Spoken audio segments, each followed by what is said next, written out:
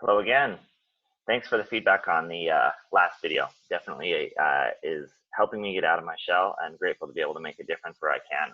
I did, though, promise John Maxim that this video will be shorter than the last one. Also, I'm going to include a bullet point summary for you in case you just want to skim really quickly and see if there's anything in here that's for you. That said, I put a lot of effort into this one as well, just like the last one, trying to provide as much value as I possibly can for you through this challenging time. So first thing I wanted to do is just a quick my snapshot of a market update. So of the 5 homes that I talked about before that I had wholesaled, all 5 of them did wind up going above asking. Listed a flip. One of them went, actually I listed 2 flips. One of them went under contract the first weekend for like $7,000 over what we listed for. The other one, I've gotten 7 or 8 showings, but it's on a busier road in Ogden. No offers yet, but I'm still optimistic, and we still definitely have plenty of activity on it. We had, from our last email, a good number of homes brought to us to be able to help co-wholesale and send out to our list. Thank you for that. And so far, of all the homes that have been brought to us that where we've hit the, and really even that we've sent out on our own, the vast majority, we've gotten at least the minimum number that we're looking for. So still, I purchased a home on Friday to flip. Still feeling good about the flip market. Lenders that I've talked to are still lending. Maybe not as high of loan to values, but if you do need a lender, reach out to Rob or Will. We'll be happy to connect you. Before I get into my main thing, one little tidbit piece of advice from what I'm seeing from talking to people. If you are flipping or you're an agent, I would suggest that now would be a good time to be at the house when the appraiser is there appraising your house. One thing that I'm seeing is that appraisers aren't coming in at value as often, I think because they're worried about the market. And so I have found from a lot of past experience that when you're there at the house, you will get a higher value than you will just by having the appraiser there. So when I go, all I do, I give them some comparables, but in the end, they're an appraiser. They know what they're doing. The main value in you being there is it's showing them, hey, this is a person who really cares, and it's putting a face to the house. And I found I can get significantly better values by meeting appraisers at the house rather than by letting them go just on their own.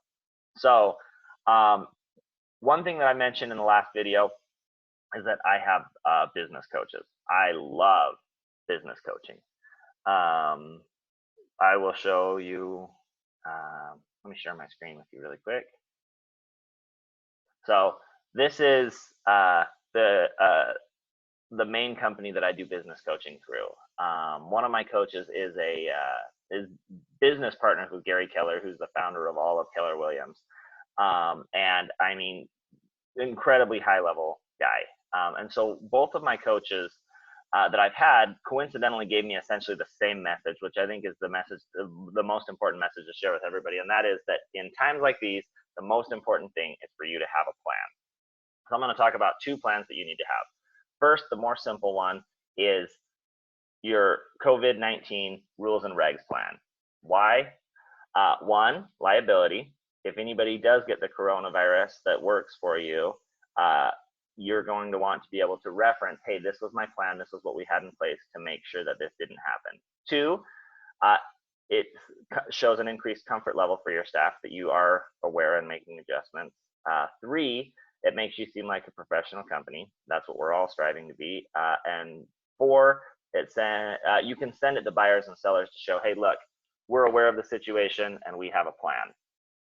So here's mine. I will include a link to it. You're welcome to rip it off if you'd like. I would suggest at least adjusting it a little bit to make it specific to you. I did that same thing from the Utah Association of Realtors. I figure why recreate the wheel when you've got people paying 6 figures for attorneys to do that. So you can see, these are my guidelines for employees, guidelines when we're doing a property tour with buyers, guidelines when we're working with sellers, and guidelines for closings. You have a link to it. You're welcome to review it specifically then. The second one is a little bit more challenging. So the second one is a plan for the future based off of major events that could happen. So essentially, you're going to want to take a lot of major events that could happen and work them into this formula. If X happens, then I will X in each of the major areas of my company. And then the other big part of that is, what indicators are you looking for to know that X happens? So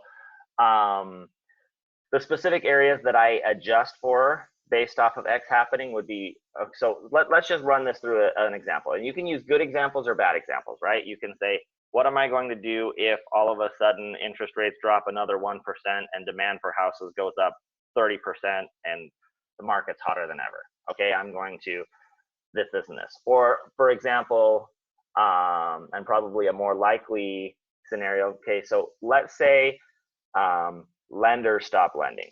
Okay, in 2008, that was something that greatly crippled the market back then. There was a good number of opportunities, but there wasn't lenders that were lending, and so because of that, the number of people buying homes as investments went down significantly. So first off, what indicators do I need to look for to know that that's happening?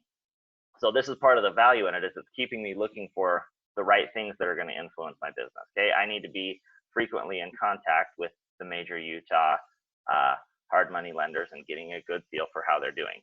Okay, second, let's say, okay, they stop lending. What does that mean I'm going to do with the existing inventory that I own? Could be nothing. It could be I'm going to wholesale everything but these two houses. It could be I'm going to just convert these to rentals. Now, there's plenty of great options. This is real estate, but you need a specific plan. Same thing with my staff, with my marketing. What am I going to do with my time? Is this going to change my buying process?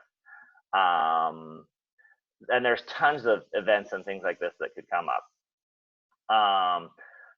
Another example definitely worth looking at is, let's say our governor, so far so good, we can continue to do real estate in Utah, but let's say our governor does what like California or Dallas, like a full stay-at-home order. Let's say that it's like enforceable, like you can't leave your house. What are you going to do with your time? What are you going to do with your staff? What are you going to do with your properties? How are you going to make sure that you're prepared? This is a really valuable exercise to go through, and here's why. It leads to a good night's sleep. It leads to and it leads to you making decisions based off of your governing values rather than based off of the panic of the moment, right? So you're not worried about what's going to happen because you know what you're going to do regardless of what's going to happen. And when it does happen, I mean, we'll use the example of governor putting a shelter-in-place order. Every week, multiple states move into this spot, right? So it can happen, and then you can panic and say, oh no, what do I do? And make decisions based off of emotion. Or you can know, okay, I'm going to follow through my executed plan that I came up with based off of my governing values rather than the emotion of the moment. So what I am going to do is tomorrow, Tuesday, March 31st, from, I forgot the time,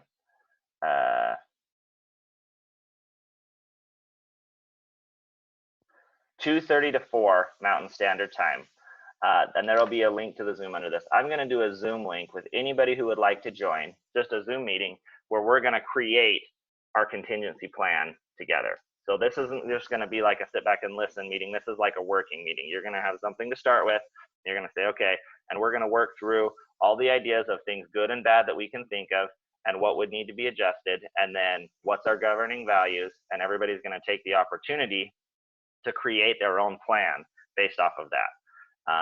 If you're in any type of business or even like personal, I believe this is good to do. For example, let's say your spouse or your kid gets the coronavirus. What's your plan? What are you going to do? Are you going to keep the whole family together? Are you going to separate? If you're going to separate, where are you going to go? What are you going to do? These are the types of things that I believe a good night's sleep comes from having a plan for today. Just a couple parting thoughts. One, if included in your plan is, and you're in Utah, is looking to get rid of some of your property quickly, we'd be more than happy to talk about it. Two, if you are the praying type, I believe a great thing to pray for would be, or to give thanks for tonight, is that you're in real estate. Others, friends that I have, people that are in hospitality and like industries, are not so lucky. Imagine you did nothing wrong. You were running a great business and you have to let go your entire staff. Everyone you know, everyone that you love, everything that you've built is gone. Just and hope that you'll be able to survive and be okay. Hope that maybe there's a government bailout coming your way or something. We may wind up there. We haven't yet. Now's not the time to get cocky, especially if you haven't been through 2008. Work hard, be giving. Communicate with your lenders, communicate with your team, be a voice of reason and reassurance. Again, we're going to do a Zoom call tomorrow, 2:30 to 4, to go over the plan for anybody that would find value in that. And thanks for your time.